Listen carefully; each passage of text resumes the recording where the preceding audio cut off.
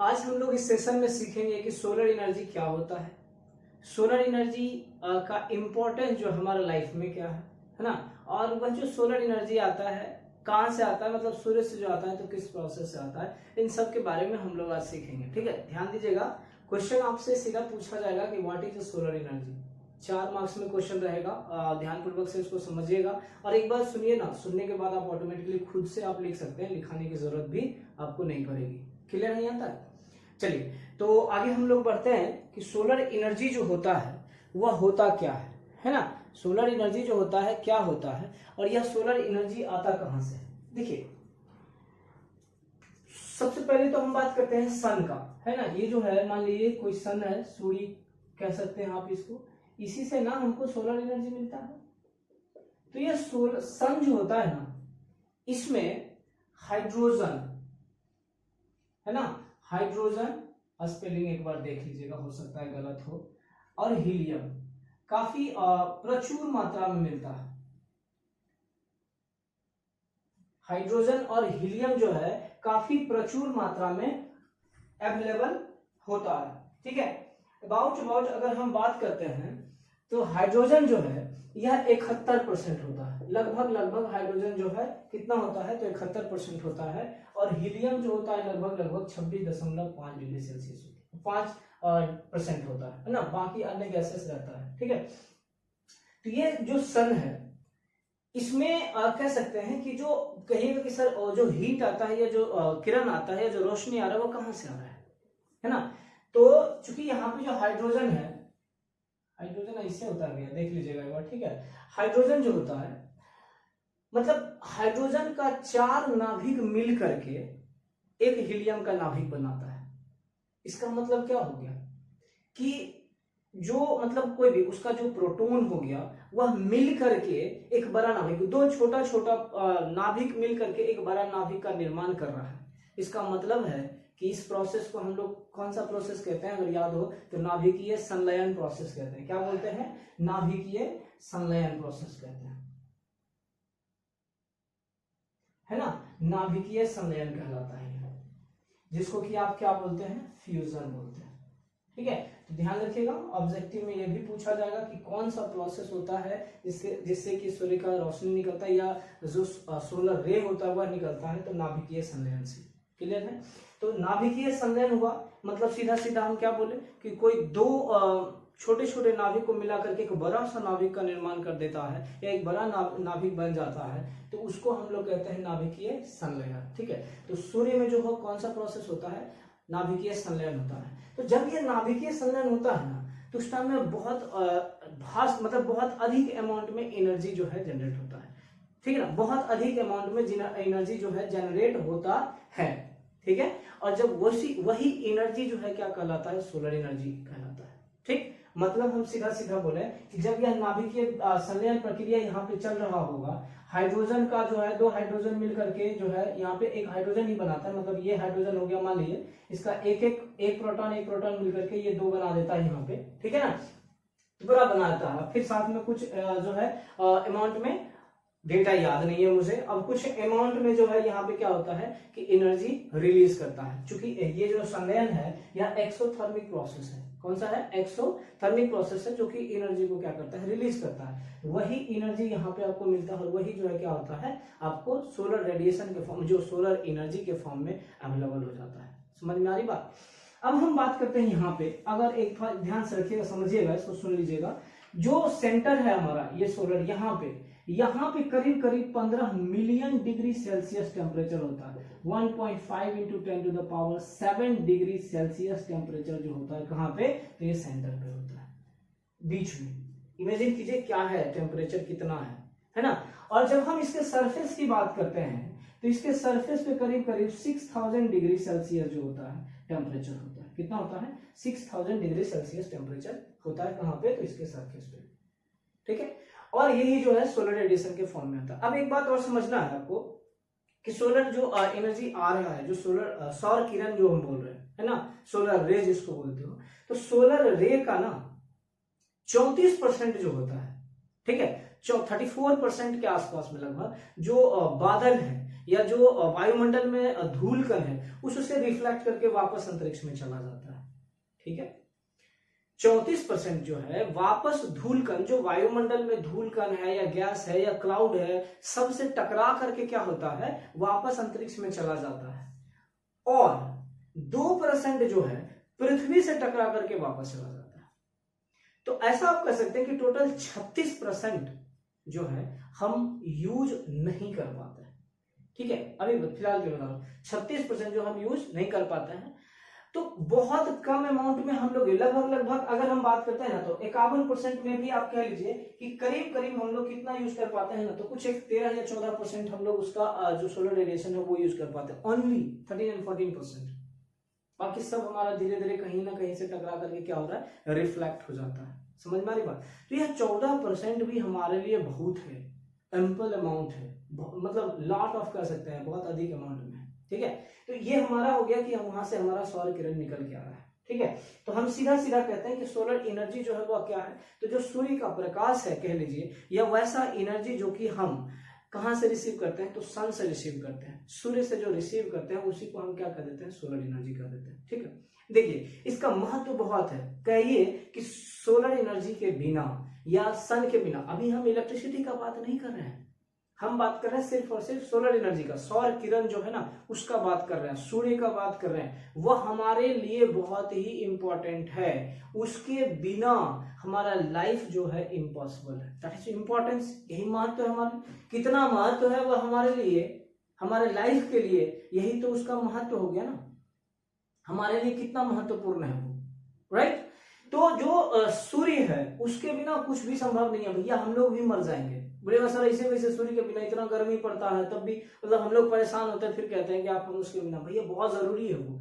आप जानते होंगे कि सूर्य का जो है यहाँ पे जो किरण है पूरे पृथ्वी पे आता है। ठीक है, और जो पेड़ पौधा होता है ना उसके लिए सूर्य का प्रकाश होना बहुत जरूरी है। अब बोलिएगा सर पेड़ पौधा के लिए जरूरी है ना, हमारे लिए नहीं भैया, जब पेड़ पौधा के लिए जरूरी है तो हमारे लिए भी जरूरी है, जो भी जीव जंतु है सबके लिए जरूरी है। भैया हम जब सांस ले रहे हैं ना तो ऑक्सीजन ले रहे हैं, क्या ले रहे हैं, ऑक्सीजन लेते हैं, और कार्बन डाइऑक्साइड को क्या करते हैं, एक्सेल करते हैं, मतलब हम छोड़ते हैं। क्लियर है, हम लोग ऑक्सीजन लेते हैं और कार्बन डाइऑक्साइड को छोड़ते हैं। तो पेड़ पौधा जो होता है ना आपका, ये जो पेड़ पौधा होता है, सूर्य का यहाँ पे जो प्रकाश आता है तो ये जो है अपना खाना बनाता है। हर कोई, आप भी खाना बनाते हो तो ये पेड़ पौधा भी खाना बनाता है। ये जो खाना बनाता है ना वह प्रकाश संश्लेषण की क्रिया कहलाता है, जिसको कि आप फोटोसिंथेसिस कहते हैं। और यह फोटोसिंथेसिस जो होता है ना, ये जो फोटोसिंथेसिस होता है ना, यह जो है सूर्य के प्रकाश के मौजूदगी में होगा। सूर्य का प्रकाश इसके लिए बहुत जरूरी है, मतलब जरूरी है तभी क्या होगा, यह प्रकाश संश्लेषण का क्रिया होगा। और जब यह प्रकाश संश्लेषण होगा तभी उस टाइम में यह क्या होगा, अपना भोजन का निर्माण कर पाएगा, जिसके कारण यह जीवित रहता है। और जब यह जीवित रहता है तो आप जानते हैं प्रकाश संश्लेषण जब हो रहा होता है तो यह क्या करेगा, कार्बन डाइऑक्साइड को ग्रहण करता है और ऑक्सीजन को क्या करता है, त्याग करता है, मैंने ऑक्सीजन को छोड़ता है। और वही ऑक्सीजन जो पेड़ पौधे छोड़ते हैं उस ऑक्सीजन को हम लोग ग्रहण करते हैं, और हम लोग जो कार्बन डाइऑक्साइड को छोड़ते हैं वह कौन ग्रहण करता है, पेड़ पौधा ग्रहण करता है। तो हमारे लिए कह लीजिए, जीव जंतु के लिए, मनुष्य के लिए ऑक्सीजन का होना बहुत जरूरी है ना, ऑक्सीजन बहुत जरूरी है। तो ऑक्सीजन हमको इनडायरेक्टली अगर मिल रहा है तो कहां से मिल रहा है भैया, सोलर सन से मिल रहा है, सोलर एनर्जी से मिल रहा है। समझ रहे बात को, ये तो आपका हो गया। अच्छा, दूसरा हम बात करते हैं कि जो हवा बहता है ना, एयर जो मतलब कह रहे हैं एयर फ्लो जो होता है वह भी सूर्य के कारण होता है। उनके लिए सर पागल हो गए क्या, नहीं बिल्कुल सुनिएगा भैया, सूर्य मतलब प्रकृति जो है ना, मतलब बैलेंस को बहुत पसंद करता है ना, नेचर लव्स बैलेंसेस। प्रकृति जानते हैं हमेशा चाहता है कि बैलेंस में रहे, इसलिए आप देखते होंगे ये नेचर है कि टेम्परेचर जहां अधिक होता है वह हमेशा लो टेम्परेचर की ओर फ्लो करता है। कभी ऐसा देखे हैं लो टेम्परेचर हाई टेम्परेचर की ओर, भैया जो ज्यादा है वह कम वाला को देकर के क्या करेगा, बराबर कर देता है। समझ रहे बात को, प्रेशर जहां पे हाई होगा वह लो प्रेशर की ओर फ्लो करेगा ताकि क्या हो, वह बैलेंस हो जाए। तो यहाँ पे भी वही चीज है कि जो मतलब सूर्य का प्रकाश जो होता है जब आता है ना तो वहां पे हीटिंग होता है, तो कहीं पे ज्यादा हीटिंग होगा, कहीं पे कम हीटिंग होगा।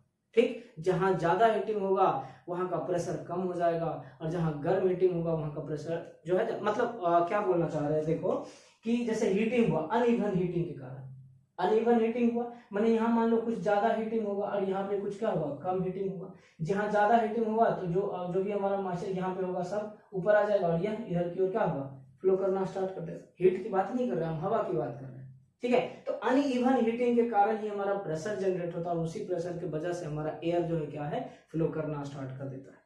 समझ रहे बात को। तो हवा का प्रवाह कह लेते हैं जब फ्लो किसके कारण हो रहा है, तो अनइवन हीटिंग के कारण। और अनइवन हीटिंग किसके कारण हो रहा है ना, मतलब असमान हीटिंग कह ले सकते हैं उसको। तो असमान हीटिंग के कारण हो रहा है, वह किसके कारण हो रहा है, तो सूर्य के कारण हो रहा है। तो इस तरह से आप कह सकते हैं क्या कि जो हवा का फ्लो है वो उसके लिए भी कौन जिम्मेवार है, तो सूर्य। तो इस तरह से बहुत सारा इंपॉर्टेंस है हमारे लाइफ के लिए सोलर एनर्जी। और भी हम बात करें तो जो सोलर एनर्जी होता है उसमें एनर्जी के नाम पे हम बात करें तो एक तो थर्मल एनर्जी होता ही है, और उस थर्मल एनर्जी का भी हम बहुत अधिक जगह पे यूज कर सकते हैं। अलोंग विथ दैट, साथ साथ में हम उस थर्मल एनर्जी को इलेक्ट्रिसिटी में भी कन्वर्ट कर सकते हैं, और फिर उस इलेक्ट्रिसिटी को कन्वर्ट करके हम अलग अलग एप्लीकेशन में भी इसका इस्तेमाल कर सकते हैं। क्लियर है आपको। तो बहुत सारा एप्लीकेशन है, एक तरह से आप कह लीजिए कि सोलर एनर्जी का, और काफी महत्वपूर्ण है हमारे लिए या हमारे लाइफ के लिए सोलर एनर्जी, ठीक है। तो इसको हम लोग लिख लेते हैं नोट के फॉर्म में, है ना। तो आप इसको पहले नोट कर लीजिए। पहले तो आप इस वीडियो को पॉज कर लीजिए, और वीडियो पॉज करके पहले आप लिख लीजिए, है ना, ताकि आपको नोट्स बनाने में प्रॉब्लम नहीं हो। क्लियर है ना। चलिए देखिए, जो चीज अभी मैंने डिस्कस किया है ना, उसी चीज को मैं यहाँ पे लिख रहा हूँ, आप नोट्स के तौर पे आप लिख सकते हैं। The energy that we receive from the sun is called as solar energy. वैसा एनर्जी जो कि हम सन से रिसीव करते हैं उसको हम क्या बोलते हैं, सोलर एनर्जी बोलते हैं। ये चीज मैंने बताया था। Without the sun living life on earth is impossible. बिना सन के जो लिविंग लाइफ है हम लोग का, जो मतलब हम लोग जो जीवित हैं, वह जीवित रहना असंभव है। समझ रहे बात को। अगर सूर्य की सन नहीं है तो हम लोग जीवित भी नहीं रहेंगे। क्लियर ना। As we know sun is a ball of a fire. Sun जो है क्या है, आग का गोला है। That gives us light and heat. समझिएगा, जैसा कि सूर्य को आप जानते हैं क्या है, आग का गोला है। अब जब आग का गोला है तो डेफिनेटली उससे हमको क्या मिल रहा है, लाइट मिल रहा है और हीट मिल रहा है, दोनों। और इसी हीट के मदद से, इसी लाइट के मदद से हम लोग क्या कर सकते हैं, जो एनर्जी के रिगार्डिंग, जो कि हमको मेरा जरूरत है, हम लोग का जरूरत है इलेक्ट्रिसिटी, एक तरह से समझिए जो एनर्जी का जरूरत है उसके रिगार्डिंग कोई भी इश्यूज है, मतलब उसके जो कमी है उसको हम क्या कर सकते हैं, दूर कर सकते हैं। तो यहाँ पे आते हैं hit with the help of this serious problem regarding energy that is needed every day can be solved। वैसा मतलब एनर्जी के रिलेटेड जो भी प्रॉब्लम्स है उसको हम क्या कर सकते हैं, सॉल्व कर सकते हैं। तो कैसे है, तो जो लाइट है या जो एनर्जी है अवेलेबल है किसमें, तो सूर्य में, है ना, उसका इस्तेमाल करके। आगे जब हम बात करते हैं this heat can be converted into electrical energy with the help of a CSP and PV cell, जिसके बारे में हम लोग आगे चर्चा करेंगे यूनिट 2 में और यूनिट 3 में, कि जो आप कह सकते हैं हीट जनरेट हो रहा है, जो हीट है सौर किरण में, उसका इस्तेमाल करके हम लोग इलेक्ट्रिकल एनर्जी बना सकते हैं बाय यूजिंग CSP। CSP होता है आपका कंसंट्रेटेड सोलर पावर प्लांट कह लीजिए या कंसंट्रेटेड सोलर पावर कह लीजिए, जिसमें कि हम रिफ्लेक्टर वगैरह का यूज करते हैं, कलेक्टर का यूज करते हैं इलेक्ट्रिसिटी को बनाने के लिए, है ना। और फिर PV सेल की बात करें तो फोटोवोल्टाइक सेल। देखो ये चीज आपने थर्ड सेमेस्टर में भी पढ़ा होगा, वहां पे मैंने पढ़ा दिया था, हालांकि सिलेबस में नहीं था लेकिन फिर भी मैंने आपको बता दिया था कि आपको कहीं परेशानी नहीं हो। एग्जाम में पूछे जाते हैं कि जो अलग अलग कलेक्टर होता है ना, उसका टेम्परेचर कितना होता है, PV सेल का वोल्टेज कितना होता है, एक सेल का वोल्टेज कितना होता है, उसका कितना पावर होता है, ये सब पूछा जाता है। लेकिन उसके बारे में हम चर्चा करेंगे, आपको बताएंगे जब ये चैप्टर पढ़ रहे होंगे तब, है ना। तो क्लियरली हम लोग यहाँ से क्या कर सकते हैं कि जो हीट है उसका हम इस्तेमाल कर सकते हैं इलेक्ट्रिकल एनर्जी को बनाने में, है ना। किसके मदद से भैया, तो CSP के मदद से चाहे PV सेल के मदद से। When we talk about solar energy, there are two kinds of a solar energy named as thermal energy and electrical energy। ठीक है, जब हम लोग सोलर एनर्जी के बारे में बात करते हैं तो हमारे पास जनरली कितने टाइप का पावर होता है, तो दो प्रकार का पावर हो जाता है या दो प्रकार का एनर्जी हो जाता है कह सकते हैं। एक तो आपका हीट एनर्जी हो जाएगा और दूसरा आप कह सकते हैं उसी हीट एनर्जी का यूज करके आप क्या कर रहे हो, इलेक्ट्रिकल एनर्जी बना रहे हो। तो हमारे पास कितने टाइप के एनर्जी हो गए, यहाँ पे दो प्रकार के हो गए, एक तो हो गया हीट एनर्जी और दूसरा हो गया सोलर एनर्जी। आगे हम अगर लिखें इसको तो देखिए thermal energy can be found anywhere, है ना। इसको थोड़ा सा आप अगर चाहें तो लिख लीजिए, यहाँ पे 2 लाइन और है और नोट कर लीजिए। कहा जा रहा है कि जो थर्मल एनर्जी होता है सूर्य से जो हम लोग ऑब्टेन करते हैं, उसमें जो थर्मल एनर्जी होता है वो कहाँ होता है, हर एक जगह आप उसको क्या कर सकते हैं, अवेलेबल होता है। लिखिए इसको, the thermal energy available, thermal energy can be found, लिखिए अवेलेबल नहीं है, कैन बी फाउंड एवरीवेयर, हर एक जगह लगभग आपको ये क्या होता है can be found everywhere and is totally free of cost, यह जो एनर्जी होता है वह क्या होता है, आपको हर एक जगह अवेलेबल होता है ना, कहीं पे भी आपको ये मिलेगा और इसको आप मतलब इस्तेमाल कर सकते हैं अलग अलग जगहों पे, और यह क्या होता है, टोटली फ्री ऑफ कॉस्ट होता है। लास्ट लाइन आप लिख लीजिए, इसमें है कि the heat is used to, जिसमें ये जो हीट होता है, the heat is used to, कहाँ होता है, तो used to dries the clothes, कपड़ा को सुखाने में भी उसका इस्तेमाल आप करते हो। या फिर हम लिख देते हैं इन सोलर वाटर हीटर, है ना, सोलर वाटर हीटर में भी आप इसका यूज करते हो। आगे आप करिए इन सोलर ड्रायर, कहाँ यूज करते हो, सोलर ड्रायर में भी आप इसका यूज करते हो। फिर आप कर सकते हो in electricity generation,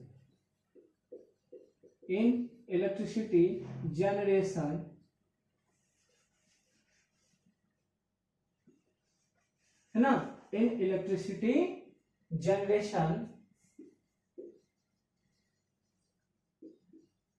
and many more things,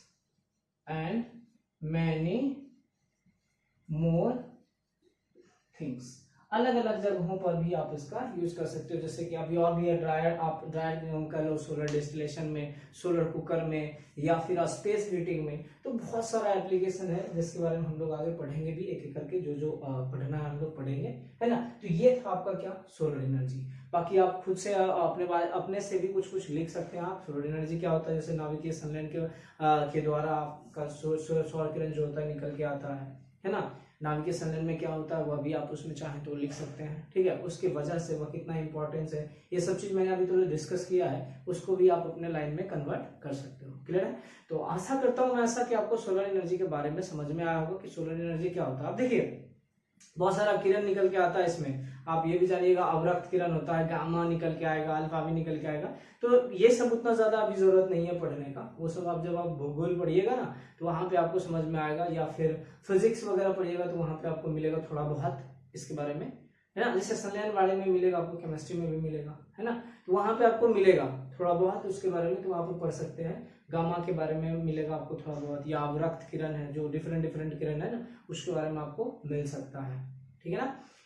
तो आज हम लोग इतना तक ही रखते हैं, फिर हम लोग मिलेंगे नेक्स्ट सेशन में, ठीक है। और अगले सेशन में हम लोग डिस्कस करेंगे एडवांटेज और डिसएडवांटेज के बारे में, कि सोलर एनर्जी का क्या एडवांटेज है और उसका क्या डिसएडवांटेज है, एक एक करके हम उसके बारे में भी देखेंगे। ध्यान रखिएगा ये क्वेश्चन आपको पूछे जा सकते हैं, मैं सोलर एनर्जी क्या है, एडवांटेज क्या है, डिसएडवांटेज क्या है, ठीक है। बार बार मैं बोल रहा हूँ, इसको कहीं आप नोट करते जाइएगा कि कौन सा क्वेश्चन है। हालांकि मैं इस यूनिट के खत्म होने के बाद में आपको क्वेश्चन भी बता दूंगा कि ये सारा क्वेश्चन जो है इस प्रकार से बनाया जा सकता है क्वेश्चन को, और आप आराम से उसको क्या कर सकते हैं, लिख सकते हैं। क्लियर है यहाँ तक, आगे बढ़े हम लोग। तो आज के लिए हम लोग इतना रहते हैं, फिर मिलते हैं नेक्स्ट सेशन में। धन्यवाद।